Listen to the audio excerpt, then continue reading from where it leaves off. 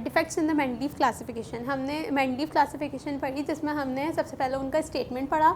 जैसे कि हमने हर साइंटिस्ट में जब उनकी क्लासिफिकेशन पढ़ी तो उनका स्टेटमेंट पढ़ा था कि उन्होंने क्या स्टेटमेंट दिया था, क्या फैक्ट्स थे जिनकी बेसिस पे उन्होंने अपनी बात को प्रूव करा, तो वो इन अ फॉर्म ऑफ स्टेटमेंट उन्होंने दिया था। फिर उसके बाद हमने मेंडलीव क्लासिफिकेशन के साइलेंट फीचर्स पढ़े थे, यानी कि क्या मेन बातें थी उनकी क्लासिफिकेशन में जो कि हमें पता होनी चाहिए।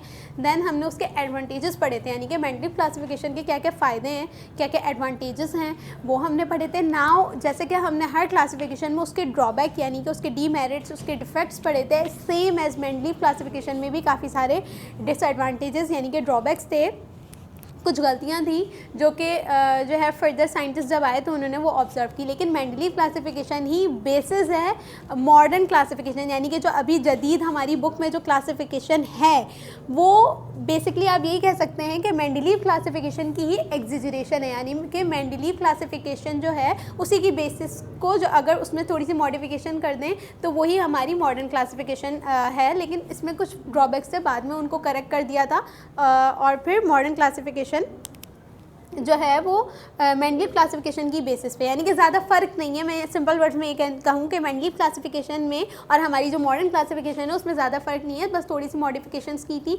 और मेंडलीव का यानी कि मैं कह सकती हूँ कि बहुत मेजर रोल है क्लासिफिकेशन में, मॉडर्न क्लासिफिकेशन में, यानी कि पहले वाले जितने भी साइंटिस्ट थे उनकी क्लासिफिकेशन का 0% भी हम नहीं पढ़ रहे, उनकी क्लासिफिकेशन टोटली गलत प्रूव हुई थी। इनकी क्लासिफिकेशन में कुछ ड्रॉबैक्स थे, कुछ हद तक थे, लेकिन जो हम मॉडर्न क्लासिफिकेशन पढ़ रहे हैं वो इसी बेसिस यही है, यानी कि वही ग्रुप्स हैं, वही पीरियड्स हैं, वही सब कुछ है, बस उसमें थोड़ी सी मॉडिफिकेशंस कर दी। खैर डिफेक्ट्स थे कुछ, वो पढ़ते हैं हम। क्या डिफेक्ट्स है? सबसे पहले जो है वो रॉन्ग अरेंजमेंट, यानी कि इन्होंने कुछ एलिमेंट्स की रॉन्ग अरेंजमेंट कर दी थी।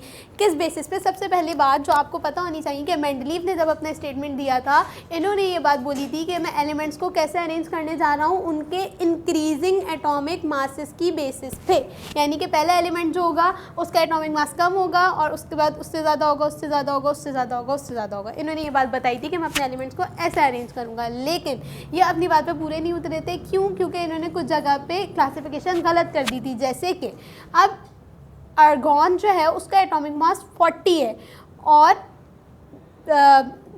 पोटेशियम का एटॉमिक मास 39 है, तो असूलन जो है वो पोटेशियम को पहले आना चाहिए था, आर्गॉन को बाद में आना चाहिए था, क्योंकि इंक्रीजिंग एटॉमिक मासेस की बेसिस पे इन्होंने अरेंज किया था ना, यानी कि छोटा फिर बड़ा फिर बड़ा फिर बड़ा। लेकिन आर्गॉन का एटॉमिक मास पोटेशियम से बड़ा है और इन्होंने आर्गॉन को पोटेशियम से पहले रख दिया, तो ये बात गलत प्रूव हुई इनकी क्लासिफिकेशन के हिसाब से। दूसरी चीज़ इन्होंने एक और गलती की थी कि कोबाल्ट जिसका एटॉमिक मास निकल से बड़ा है 59.9 है, जबकि निकल का 58.6 है, इन्होंने कोबाल्ट को निकल से पहले रख दिया। ये चीज़ भी गलत थी, जबकि निकल को पहले आना चाहिए था, इसका एटॉमिक मास कम है।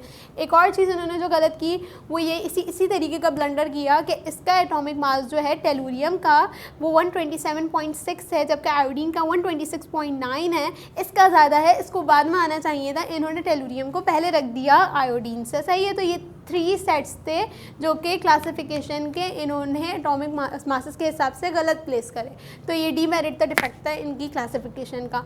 उसके बाद इन्होंने क्या बोला, इनकी क्लासिफिकेशन में आइसोटोप्स के लिए कोई जगह नहीं थी। आइसोटोप्स हम पहले पढ़कर आ चुके हैं कि सेम ही एलिमेंट्स के डिफरेंट आइसोटोप्स एग्जिस्ट करते हैं। जैसे मैंने हाइड्रोजन का आपको डिटेल्स में भी पढ़ाया था, एटॉमिक मासेस के हिसाब से, यानी कि एक ही एलिमेंट के डिफरेंट एटॉमिक मासेस हैं तो वो उसके आइसोटोप्स फॉर्म करते हैं। अब कह रहे हैं कि इन्होंने जो बहुत से एलिमेंट्स ऐसे थे इनके पीरियोडिक टेबल में जिनके आइसोटोप्स एग्जिस्ट करते हैं, लेकिन इन्होंने आइसोटोप्स के लिए कोई जगह ही नहीं रखी। जैसे कि हाइड्रोजन है उसको सिंपली हाइड्रोजन रख दिया, लेकिन इनकी क्लासिफिकेशन तो एटॉमिक मासेस के हिसाब से थी, और जब एटॉमिक मासेस के हिसाब से क्लासिफिकेशन थी तो आइसोटोप्स, यानी कि आइसोटोप्स जो एक दूसरे से डिफर करते हैं वो एटॉमिक मासेस की बेसिस पे ही करते हैं, तो आइसोटोप्स के लिए जगह होनी चाहिए थी इनकी क्लासिफिकेशन में, जबकि नहीं थी। तो ये इनकी क्लासिफिकेशन का डिफेक्ट था और सो कॉल्ड ड्रॉबैक।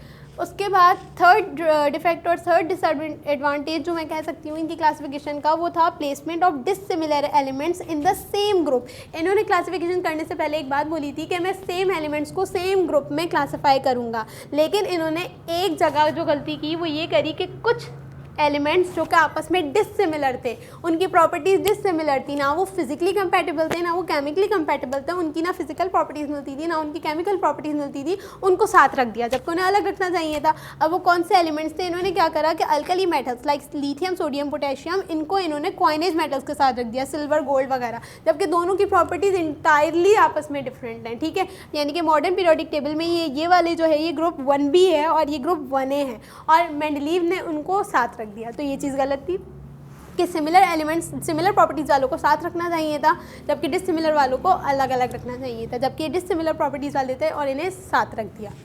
एक और इन्होंने क्या, इनकी क्लासिफिकेशन में क्या ड्रॉबैक था, वो ये था placement of similar elements in dissimilar group. ये बात बिल्कुल इसकी उलट है। इन्होंने क्या करा, या इस पॉइंट पे इन्होंने क्या करा कि जो डिसिमिलर एलिमेंट्स थे यानी जो आपस में मिलते जुलते नहीं थे उन्हें साथ रख दिया, और कुछ जगह उन्होंने क्या गलती करी कि वो एलिमेंट्स जो कि आपस में सिमिलर थे यानी कि उनकी प्रॉपर्टीज़ मिलती थी और उन्हें साथ रखना चाहिए था, उनको उन्होंने अलग रख दिया।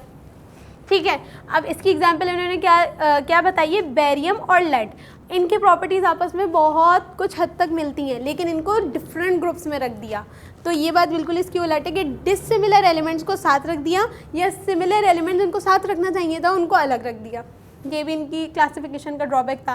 एंड द लास्ट थिंग जो मेंडलीव की क्लासिफिकेशन से हमें जो हम इसका ड्रॉबैक कह सकते हैं, डीमेरिट कह सकते हैं, वो ये कि हमें इनकी क्लासिफिकेशन से एटॉमिक स्ट्रक्चर का आइडिया नहीं मिलता, यानी कि जितने भी एलिमेंट्स हैं उनका अगर हम एटॉमिक स्ट्रक्चर एनालाइज करें या जज करें तो वो हमें इनकी क्लासिफिकेशन से नहीं मिलता, नहीं पता चलता। तो ये भी मेंडलीव की क्लासिफिकेशन का ड्रॉबैक था, जो कि मॉडर्न क्लासिफिकेशन में हमें ईजिली पता चल सकता है। जितने भी एलिमेंट जिस तरह भी प्लेस हुए हैं अगर हम उन्हें जज करें, उन्हें एनालाइज करें तो उस क्लासिफिकेशन से हमें एटॉमिक स्ट्रक्चर का आइडिया मिलता है, जबकि इनकी क्लासिफिकेशन से नहीं मिलता। So this was all about the demerits of the Mendeleev classification. सबसे पहले रॉन्ग अरेंजमेंट, यानी कि जो असेंडिंग एटॉमिक मासेस के हिसाब से जो रखना था वो उलट हो गया। कुछ जगह कि जिनका एटॉमिक मास बड़ा था उन्हें पहले रख दिया और जिनका कम था उन्हें बाद में रख दिया, जबकि ऐसे नहीं होना चाहिए था। आइसोटोप्स के लिए जगह नहीं थी, डिसिमिलर एलिमेंट्स को साथ रख दिया, जो सिमिलर थे उन्हें साथ रखना था उन्हें अलग रख दिया, और इनकी क्लासिफिकेशन से हमें एटॉमिक स्ट्रक्चर का आइडिया नहीं मिलता। Thank you.